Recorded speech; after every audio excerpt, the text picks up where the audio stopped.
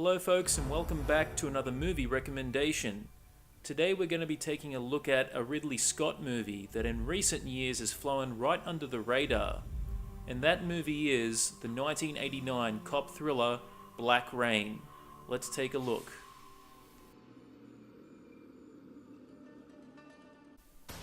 Michael Douglas is Nick Conklin, a NYPD officer under investigation from internal affairs on suspicion of theft. One day, when him and his partner Charlie are having lunch, they are interrupted by a Yakuza gang attack. Nick and Charlie catch the gang leader Sato and are tasked with the responsibility of delivering him to the Japanese police. However, Sato escapes, and with the help of Japanese police officer Masahiro, it's now up to Nick and Charlie to recapture Sato and put an end to his illegal schemes. Black Rain was sort of a career comeback for Ridley Scott after a series of box office flops. However, despite Black Rain's financial success, it received mixed to negative reviews when it was released in 1989. Critics called the film racist and depressing. However, I personally do not agree with what the critics said because I think they really missed the point of Black Rain. I personally think this movie was ahead of its time, and maybe a little too intelligent for the average film goer that was just looking for a fun action film. Now, I know this is going to be a controversial decision, but if I have to pick out which is my favorite Ridley Scott film of all time, this would have to be it. Black Rain is my favorite Ridley Scott movie, and it's also my favorite Michael Douglas film. And I'm going to try my very best to explain why I love Black Rain, because there's a lot to say and there's probably a lot of people who are confused by my decision. So, let's dig in. First of all, the cast is just stellar. Michael Douglas is perfect as Officer Nick Conklin. He's definitely a character that lurks in the grey area, a very flawed man and almost unlikable, as not only is he under suspicion of theft, but he's also very insensitive to other cultures, in this case to the Japanese. So much in fact, that he does drop a few racist remarks to them. But the movie keeps its eye on his positive attributes, and as the movie progresses, and after much tribulation, Conklin learns to respect and work with the Japanese police department. Douglas's character has a great arc, and by the end, he earns our respect. And of course, Douglas's performance is fantastic. The late but great Ken Takakura plays Masahiro, the Japanese police officer assigned to help Nick and Charlie out. Masahiro is a by-the-book officer who always reports to his superiors and initially disapproves of Conklin's unethical police tactics. But eventually he comes to accept some of Conklin's tactics as they become necessary to capture the villain. Takakura is great in this movie, and he and Douglas are a perfect teaming of polar opposite personalities who have to overcome their differences and prejudices. One of my favourite scenes in the film is when Takakura and Douglas are having dinner and Takakura questions him about his problems in New York. The dialogue is so simple, yet it says so much, and that scene is so well acted. Andy Garcia plays Conklin's young partner, Charlie. Garcia doesn't have much of a character arc, but his performance is solid and he has a likable personality. Whenever Conklin is being an asshole, Charlie seems to be the nice guy, and he shares a hilarious karaoke scene with Ken Takakura, and I must say, it's just priceless. You have to see it. It's so funny. Kate Capshaw plays Joyce, a woman who works at a nightclub where the Yakuza spend their time. She's a tough girl who's not easily swayed by Conklin, but she ultimately decides to help him in catching Sato.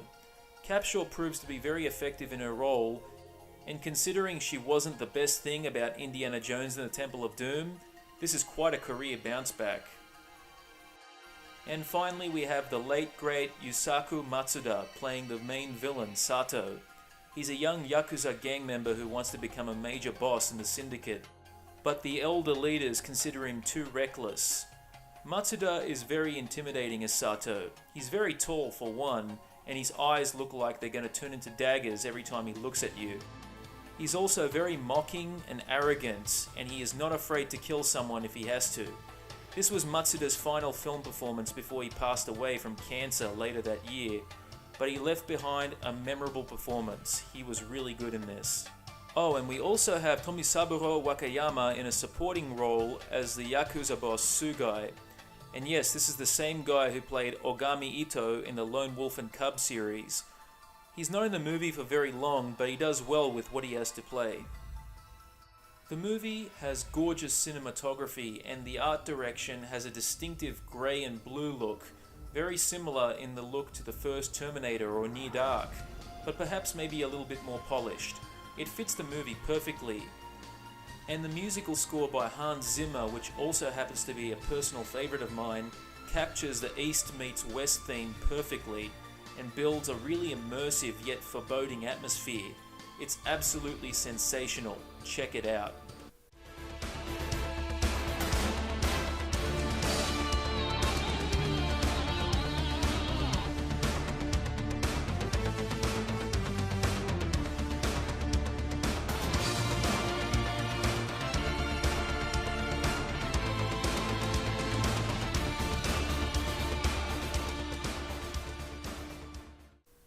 And the song I'll Be Holding On by the late Greg Allman is also great. It's so emotional and heavy, yet it fits the movie perfectly, and it's pretty much the theme tune of the whole film.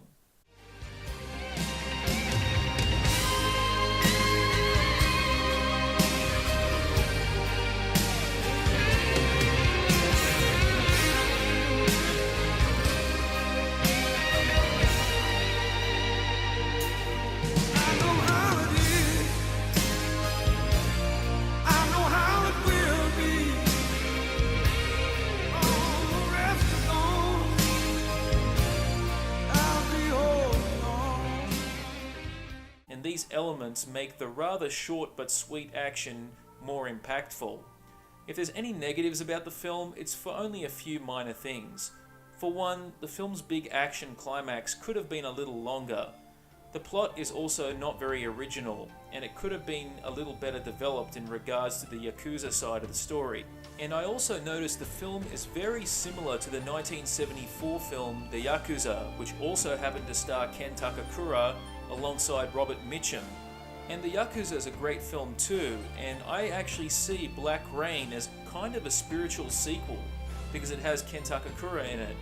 So yeah, I always thought that was fascinating. I like them both. But if I have to pick one, I'm going to have to say I prefer Black Rain because I just find the themes more interesting and engaging.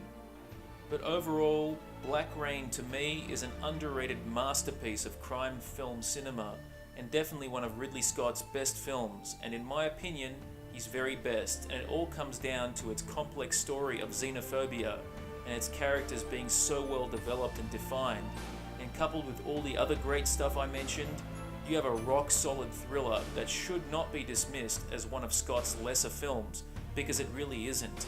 In fact, Black Rain holds up much better than you would expect, and it's far better than a majority of Ridley Scott's more recent films. The movie grossed over $134 million on a $30 million budget, making it a reasonable success. Critically, however, it was mixed, but it seemed to lean towards the negative. But honestly, don't believe the 50% rating on Rotten Tomatoes or even the 6.6 out of 10 on IMDb. This movie is very good, and apparently the Japanese themselves gave this movie a very good score. It received a very positive response over there, and Michael Douglas himself seems very proud of the film. So there you go. This movie is very good, and I would personally give it the perfect score. 5 stars out of 5. Well, that's my review of Black Rain, folks. I hope you all enjoyed it, and stay tuned for more.